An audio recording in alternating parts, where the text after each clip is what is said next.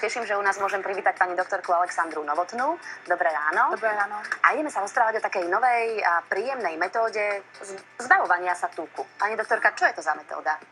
Je to metóda kryolipolízy, kedy vlastne prostredníctvom veľmi intenzívneho chladu, ktorý je lokalizovaný na jednu malú lokalitu, dokážeme pomôcť schudnúť ľuďom v lokalitách, kde schudnúť nevedia. Treba povedať, že nie je to liečba obezity. Čiže nie je to pre ľudí, ktorí chcú schudnúť 20-30 kg alebo 15 kg. Je to pre ľudí, ktorí sú štíhli, cvičia, starajú sa o seba, ale dajme tomu majú niektorú lokalitu brúško alebo tie love handles, stehná, kolena, také viacej obalené tukom a napriek všetkým iným metódám sa im nepodarilo tento tuk odtiaľ dostať, takže toto je niečo nové, čo im pomôže. To znamená, že, ja neviem, áno, pozeráme sa práve, že na brúšku sa to tuším aplikuje. A ako dlho takýto zákrok trvá a čo pri ňom pacient cíti?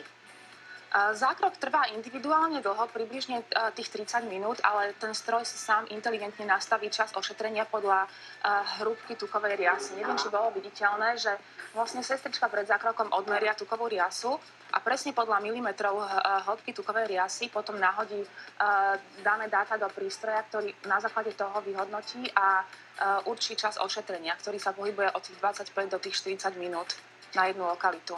A čo sa deje potom? Potom, keď zložíte ten prístroj, ako vyzerá tá naša problémová partia? A chvíľu to miesto je, tak by som povedala, intenzívnejšie začervenalé, je veľmi, veľmi studené. Vyzerá, ako keď vyberete mäso z chladničky, ale o niekoľko minút už je to úplne v poriadku. Niekedy môžu byť modrinky, ale v zásade celý zákrok je bezbolestný a nezanecháva nejaké následky. A výsledky sa dostavia kedy? A treba byť trpezlivý. Naozaj podľa našich skúseností, ktoré máme zhruba pol roka, sa dostavia najskôr tých 6 týždňov. A ten tuk sa nejakým spôsobom, teraz vidíme, ako to asi vyzerá po zákroku. Áno, toto je ten okamžitý nález, keď sa zloží tá hlavica vlastne.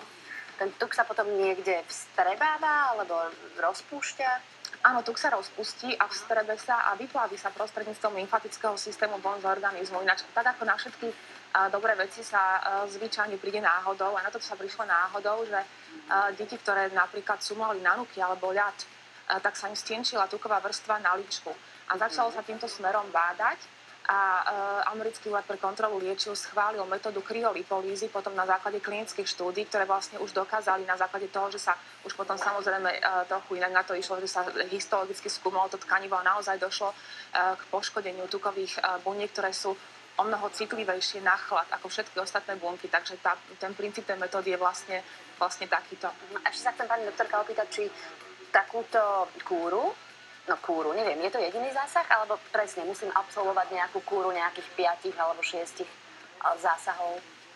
Pri kryolipolíze hovoríme o jednom ošetrení, po ktorom ten efekt je viditeľný po 6 týždňoch. Samozrejme podľa hrúbky tukovej riasy je možné opakovať ošetrenie, ale v zásade sa jedná o jednorazový zákrok. Výborne. Tak ďakujeme veľmi pekne za ďalší super tip. Ako si dopomôcť k zdokonaleniu svojho tela. Ďakujem, pekný deň. Pani doktorka, aj vám želáme pekný deň a nedáte si nejaké dobré raňajky?